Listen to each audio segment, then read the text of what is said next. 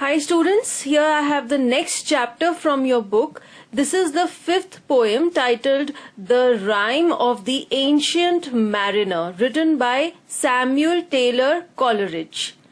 सबसे पहले मैं आपको थोड़ी इंट्रोडक्शन दे देती हूँ इस पोएम की. The Rime of the Ancient Mariner is one of the best known classical poems written in English, containing some very beautiful and memorable lines. तो ये एक यादगार पोएम है. ये बेस्ट नोन क्लासिकल पोएम है, यानी कि जो एंशिएंट इंग्लिश लिटरेचर है उसका ये एक बहुत ही अच्छा क्रिएशन है. It is a ballet. That is, it tells a story. So what do we come to know that although ये एक पोएम है, पर इस पोएम में हमें एक कहानी पता चलेगी. It tells us a story. And what kind of a story it is? It is a lyrical story. ये जो कहानी है ये ऐसे फॉर्मेट में लिखी हुई है कि इसमें इतने सारे पोएटिकल डिवाइसेस यूज हुए हैं, इसमें राइमिंग यूज हुई है, इसमें एक म्यूजिकल इफेक्ट है. And that is why this story is a poem. Now, ballet poetry usually includes old-fashioned words and spellings. ये जो फॉर्म है बैले पोएट्री ये बहुत ही ओल्डन टाइम्स का है. ये एक एंशिएंट वे है पोएट्री लिखने का और इसी वजह से इसमें कुछ ओल्ड फैशन्ड वर्ड्स हैं. ओल्ड फैशन्ड वर्ड्स मीन्स ऐसे वर्ड्स हैं जो कि आजकल हम जो इंग्लिश लैंग्वेज यूज करते हैं उसमें हम यूज नहीं करते हैं. कुछ ऐसे आपको पुराने टाइप के वर्ड्स मिलेंगे जो कि आप वैसे अपनी इंग्लिश लैंग्वेज में यूज नहीं करते हैं. तो स्टूडेंट्स, अदरवाइज तो हम जो वर्ड्स सीखते हैं वो हमारे लिए न्यू वर्ड्स होते हैं, बट इस पोएम में हम कुछ एंशिएंट और ओल्ड फैशन वर्ड्स सीखेंगे जो कि आजकल हमने बोलने छोड़ दिए हैं. और इसमें कुछ ऐसे स्पेलिंग्स भी देखने को मिलेंगे जो कि बहुत ज्यादा अनयूजुअल हैं. अनयूजुअल इसीलिए हैं क्योंकि अब वो हम यूज नहीं करते हैं, वो ओल्ड फैशन है, वो पुराने टाइम के हैं. अब थोड़ा सा टाइटल डिस्कस करते हैं इस पोएम का. The rhyme of the ancient mariner. ये जो वर्ड है राइम ये भी अनयूजुअल है. इसके भी जो स्पेलिंग्स हैं ये थोड़े डिफरेंट हैं. एक्चुअली ये वर्ड है राइम. तो जैसा कि मैंने आपको कहा इसमें कुछ ओल्ड फैशन्ड अनयूजुअल स्पेलिंग्स हैं. तो सबसे पहला इंस्टेंस तो हमें टाइटल में ही देखने को मिल जाता है. RIME लिखा हुआ है, पर इसके जो एक्चुअल स्पेलिंग्स आज की डेट में हम यूज करते हैं वो है RHYME. This is rhyme. तो जैसे कि टाइटल में ही पोएट कह रहे हैं rhyme, so this is a poem. It has a musical effect. Further this is the ancient mariner. तो यहाँ पे जो वर्ड है एंशिएंट ये दो चीजें सिग्निफाई करता है. First of all, ancient means that it relates to olden times. पुराने समय के बारे में ये पोएम लिखी हुई है, बहुत ही ओल्ड टाइम्स की पोएम है. और सेकेंडली, एंशिएंट का मतलब है द ओल्ड मैन. जिस आदमी की ये कहानी है, जो आदमी ये कहानी सुना रहा है वो एक बहुत ही बूढ़ा व्यक्ति है. And the word mariner. Now the word mariner means seller. एक जो पर्सन शिप पे सेल करता है और समुंदर में ट्रैवल करता है उसको हम सेलर या फिर मैरिनर भी कहते हैं. So now let's get started. Let us read the poem. Let us see the topics which we will cover in this chapter. First of all, I'll talk about the poet. Then I'll give you a background of the poem. This will be followed by the poem and its explanation. Then there'll be a summary and then the question and answers. So let's get started. First of all, I'll talk about the poet Samuel Taylor Coleridge. He was born in the year 1772 in United Kingdom and he died in the year 1834. Students, this is Samuel Taylor Coleridge. He was an English poet. literary critic and philosopher who with his friend William Wordsworth was a founder of the romantic movement in England. अब William Wordsworth एक और poet है, ये भी बहुत ज्यादा famous थे और ये और सैमुअल टेलर कॉलरिज दोनों फ्रेंड्स थे और इन्होंने इकट्ठे इंग्लैंड में रोमांटिक मूवमेंट स्टार्ट की थी. Now what is romantic movement? It is an artistic, literary, musical and intellectual movement that originated in Europe towards the end of the 18th century. Romanticism was characterized by its emphasis on emotion and individualism as well as glorification of all past and nature. तो basically ये जो romantic movement थी इसका M था emotions और individual के बारे में पोएट्री या राइटिंग्स हैं वो क्रिएट करना और वो जो भी पास था इनका और जो नेचर है यानी कि हमारे आसपास जो नेचुरल चीजें हैं उसको भी ग्लोरीफाई यानी कि प्रेज करते थे अपनी राइटिंग्स में. The noted poets were William Wordsworth, Samuel Taylor Coleridge, John Keats, Lord Byron, Percy Shelley, William Blake and John clear.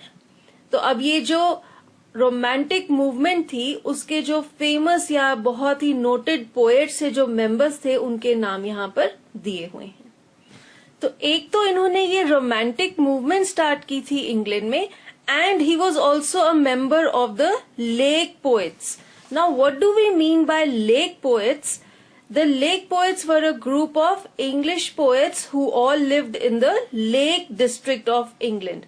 England में एक डिस्ट्रिक्ट है जिसका नाम है लेक डिस्ट्रिक्ट और जितने भी इंग्लिश पोएट्स लेक डिस्ट्रिक्ट में रहते थे उस ग्रुप का नाम था lake poets. At the turn of the 19th century, they are considered part of the romantic movement. तो यही जो लेक पोएट्स थे इन्होंने ही मिलके ये रोमांटिक मूवमेंट भी स्टार्ट की थी. The three main Lake poets were William Wordsworth, Samuel Taylor Coleridge and Robert Southey. तो एक तो सैमुअल टेलर कॉलरिज थे, एक इनके फ्रेंड थे विलियम वर्ड्सवर्थ और एक मेन पोएट जो लेक पोएट्स का पार्ट थे वो थे Robert Southee. Samuel's father was the Reverend John Coleridge, the well-respected vicar of St. Mary's Church and headmaster of the King's School. Vicar means priest. जैसे मंदिर में पुजारी होता है तो चर्च में प्रीस्ट होता है या फिर हम उसको कहते हैं पैस्टर.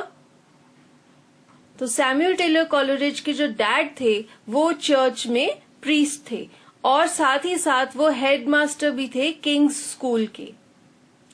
Now here are the famous works done by Samuel Taylor Coleridge.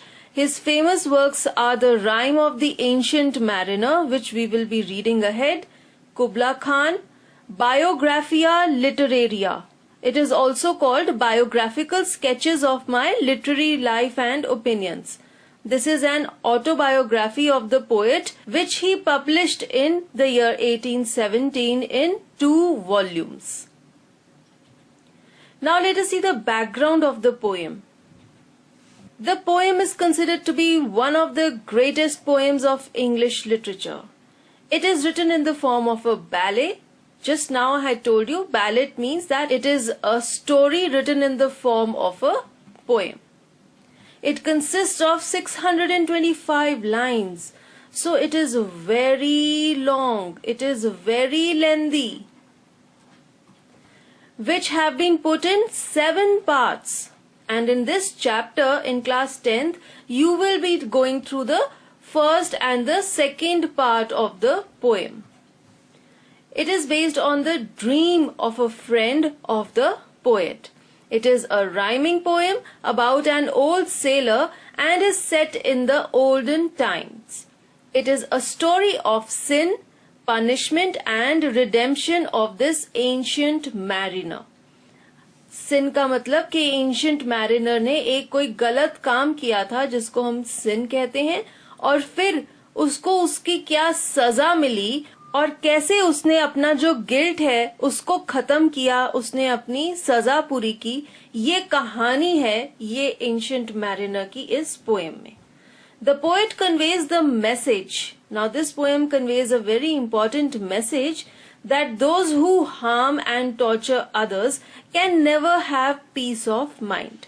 जो लोग किसी और को हार्म करते हैं यानी कि नुकसान पहुंचाते हैं या फिर उनको तंग करते हैं, उनको कभी मन की शांति नहीं मिलती. The sinner as well as those who support a sin are punished. तो यहाँ पर ये कह रहे हैं पोएट कि भगवान पनिश करते हैं कोई भी गलत काम करने वाले को और उन लोगों को भी जो उसका सपोर्ट करते हैं. Students, now let us begin with the poem and its explanation. This is the first part of the poem. The poem begins, "It is an ancient mariner and he stoppeth one of three." Now, as I told you, इस poem में कुछ ancient words use हुए हैं जिनके spellings थोड़े different हैं. तो first ancient word जो आता है वो है stoppeth. Stoppeth means stopped and mariner means a sailor, a person who goes on the ship into the sea. तो यहाँ पर पोएट कह रहे हैं कि एक एंशिएंट सेलर है. Ancient means he is an old man and वो बहुत ही ज्यादा ओल्डन टाइम्स को बिलोंग करता है. And he stops one person out of a group of 3 persons. By thy long grey beard and glittering eye. Now, wherefore stoppest thou me? यहां पे फिर से कुछ एंशिएंट वर्ड्स आए हैं. सबसे पहले है thy. Thy means your. The next word is wherefore. Wherefore stands for why. Stoppest stands for stopping. Thou means you. And the word glittering means shining brightly with flashing points of light. जो one person है जिसको mariner ने रोका है वो कहता है by your long grey beard. तो लॉन्ग ग्रे बियर्ड किसकी है? मैरिनर की है, ये देख सकते हैं आप. और वो उसको कह रहा है कि तुम्हारी ग्रे लंबी सी दाढ़ी है एंड ग्लिटरिंग यानी कि बहुत ज्यादा ब्राइटली शाइनिंग आईज हैं. और फिर वो पूछता है वाई हैव यू स्टॉप्ड मी. उसको थोड़ा गुस्सा आ रहा है क्योंकि वो कहीं जा रहा था और रास्ते में इस बूढ़े से एंशिएंट मैरिनर ने उसको रोक लिया. Now let us discuss the poetic devices which are there in this piece of the poem. जो सबसे पहला पोएटिक डिवाइस है वो है alliteration. Alliteration means the repetition of a consonant sound in a series of words. Alliteration can be internal alliteration and it can be initial alliteration. यानी कि हो सकता है कि जो इनिशियल साउंड है वर्ड्स का वो रिपीट हो रहा है या फिर ये भी हो सकता है कि जो मिडिल में साउंड आता है वर्ड्स के वो रिपीट हो रहा है. इस पीस में alliteration है by thy long grey beard and glittering eye. तो यहाँ पे य साउंड रिपीट हो रहा है. अब इस पीस में जो नेक्स्ट पोएटिक डिवाइस है वो है इसकी राइम स्कीम. जैसा कि हमें पता है टाइटल ये एक राइम है तो इसकी एक पर्टिकुलर राइमिंग स्कीम है और इस पीस की राइमिंग स्कीम है ABCB. 3 me. So the repetition is in the second and the fourth line. चलिए आगे पढ़ते हैं. The bridegroom's doors are opened wide and I am next of kin. The guests are met, the feast is set. Mayst hear the merry din. तो यहाँ पे जो person जिसको रोका हुआ है एंशिएंट मैरिनर ने वो एक वेडिंग गेस्ट है.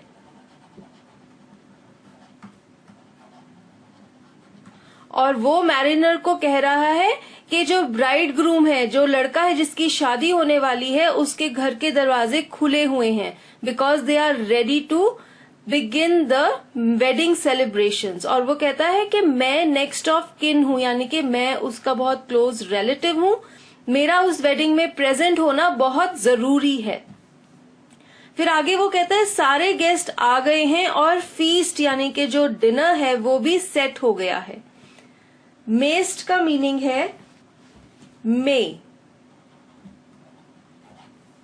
और दिन का मतलब है जो मेरी म्यूजिक है शादी का, वेडिंग म्यूजिक, वो भी सुनाई दे रहा है, जिसका मतलब है कि वेडिंग सेलिब्रेशन स्टार्ट होने वाली है।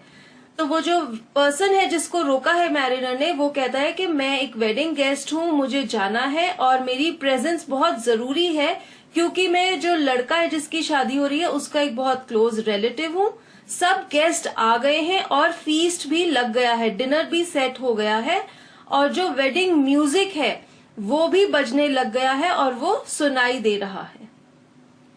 अब इस पीस में जो पोएटिक डिवाइसेस आ रहे हैं, सबसे पहले हम देखते हैं इसकी राइम स्कीम क्या है। इस पीस में हम देख सकते हैं इंटरनल राइम है। Rhyme is internal in the third line. The guests are met, the feast is set. Met, set. This is the internal rhyme in this line. और उसके अलावा जो इस पोएम की राइम स्कीम है ABCB, वो भी फॉलो हो रही है। आप देख सकते हैं सेकंड और फोर्थ लाइन में राइम है किन एंड दिन। Now let us read ahead.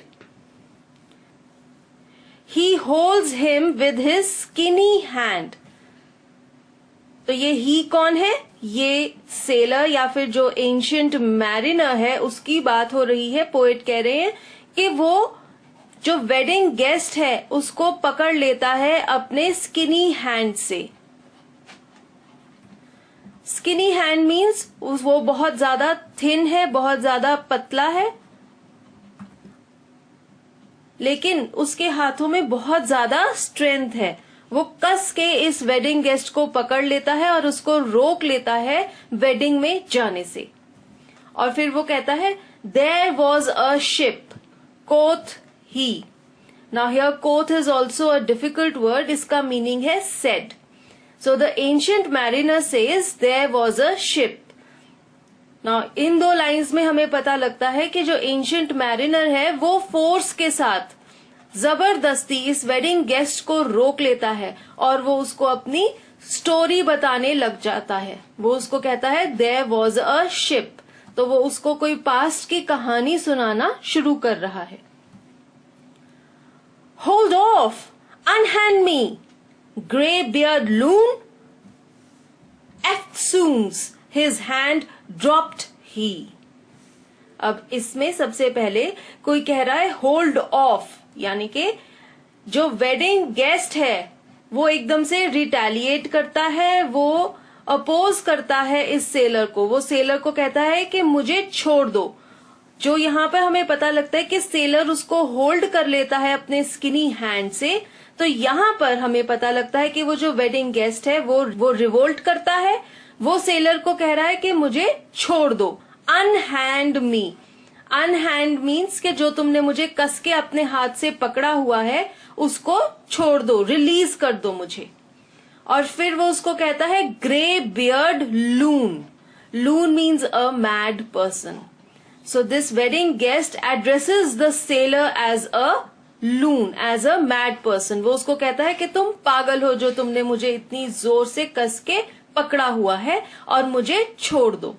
एफ्सून्स means at once, his hand dropped he. So the word dropped is also an ancient word. It means dropped. तो यहाँ पर पोएट कहते हैं कि जैसे ही वेडिंग गेस्ट रिवोल्ट करता है और वो सेलर को एक पागल आदमी बोलता है, एकदम तभी सेलर अपना हाथ नीचे गिर देता है। तो जो उसने कस के पकड़ा हुआ था वेडिंग गेस्ट को, वो उसको छोड़ देता है। अब इस पीस में देखते हैं कौन से पोएटिक डिवाइसेस आ रहे हैं। सबसे पहले हम इस पीस की राइम स्कीम देखते हैं। इसकी राइम स्कीम भी ABCB है। ही, तो ये राइम हो रहे हैं। Now let us read ahead. He holds him with his glittering eye. तो ये जो वर्ड है ग्लिटरिंग आई, ये सेकेंड टाइम रिपीट हो रहा है। This is a poetic device of repetition.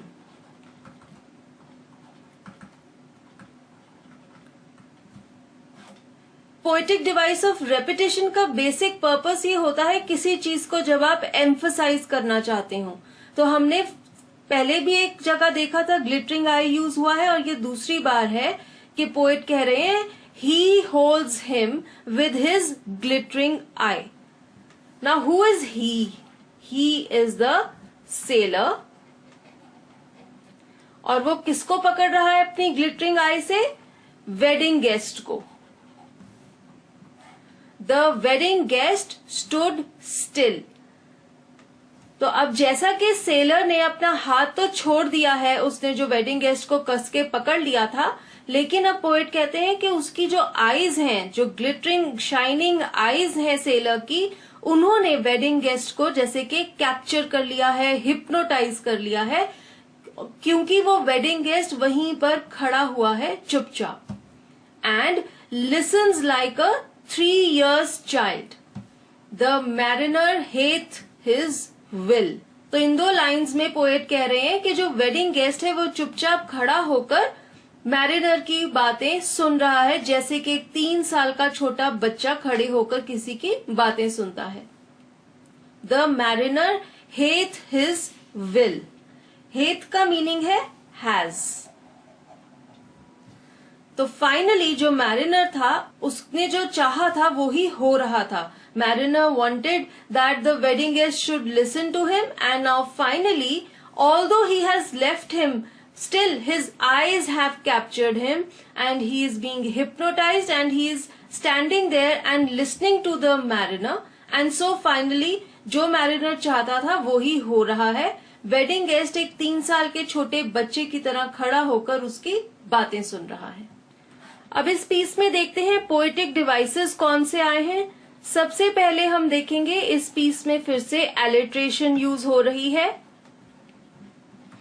मैं आपको बता चुकी हूं alliteration is the repetition of a consonant sound.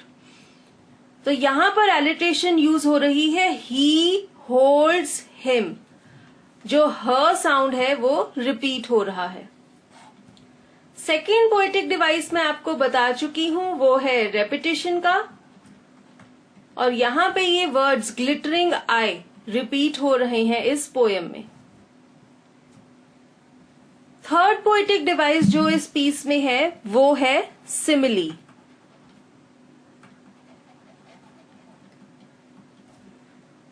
Simile is a comparison. एक कंपैरिजन जब आप ड्रॉ करते हैं दो चीजों में, उसको हम सिमिली कहते हैं, और जनरली सिमिली में लाइक या फिर एज का यूज होता है। तो यहां पर जब वो कह रहे हैं like a 3 years child, this is a simile. यहां पर पोएट वेडिंग गेस्ट को और एक 3 year old बच्चे को कंपेयर कर रहे हैं। वो कहते हैं कि वेडिंग गेस्ट चुपचाप खड़ा होकर सेलर की बातें सुन रहा था, जस्ट लाइक एक 3 साल का बच्चा होता है। Let us read the next stanza.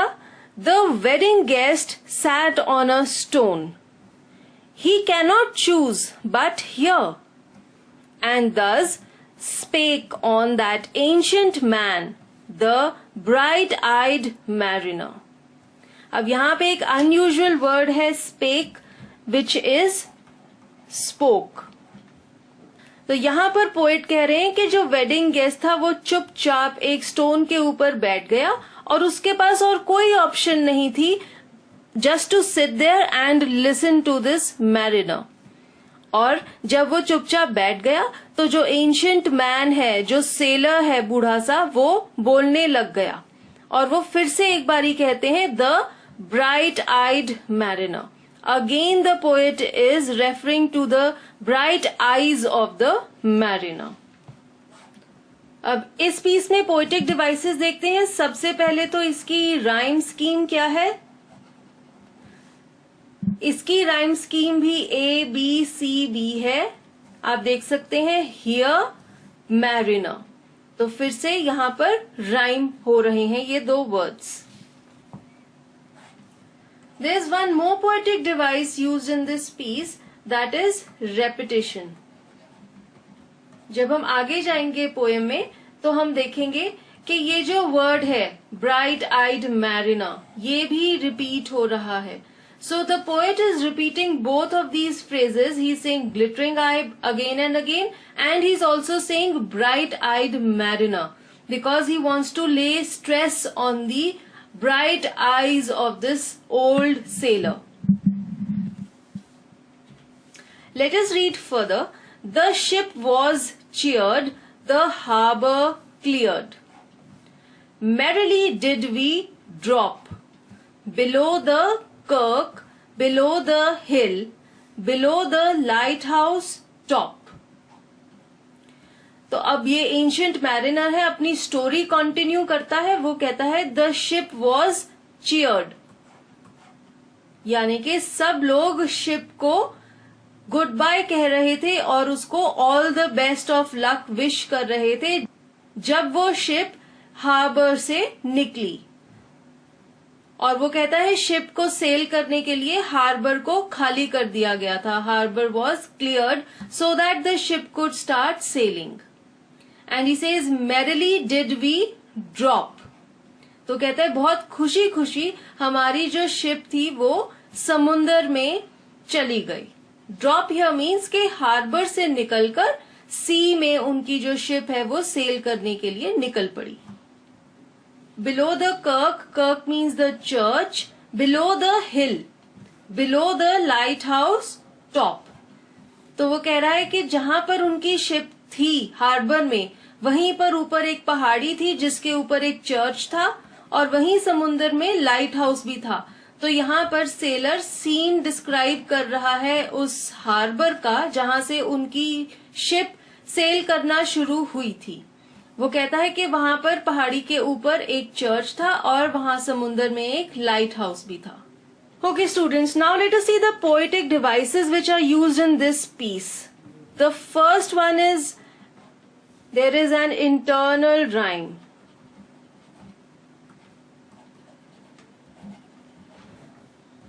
In the first line, cheered, cleared. This is an internal rhyme. Other than this, the rhyme scheme of this piece is also ABCB. You can see drop, top. So this is the rhyme in this piece. Now let us read the next stanza. The sun came up upon the left. Out of the sea came he. And he shone bright, and on the right went down into the सी। अब यहाँ पर seller कहता है कि जब उनकी ship cell करना शुरू हो गई तो थोड़ी देर के बाद उनकी लेफ्ट साइड से सन आ गया ऊपर आसमान में और वो ऐसे लग रहा था कि वो सी में से ऊपर बाहर निकल रहा है। और वो यहाँ पर ही किसको कह रहा है? सन को।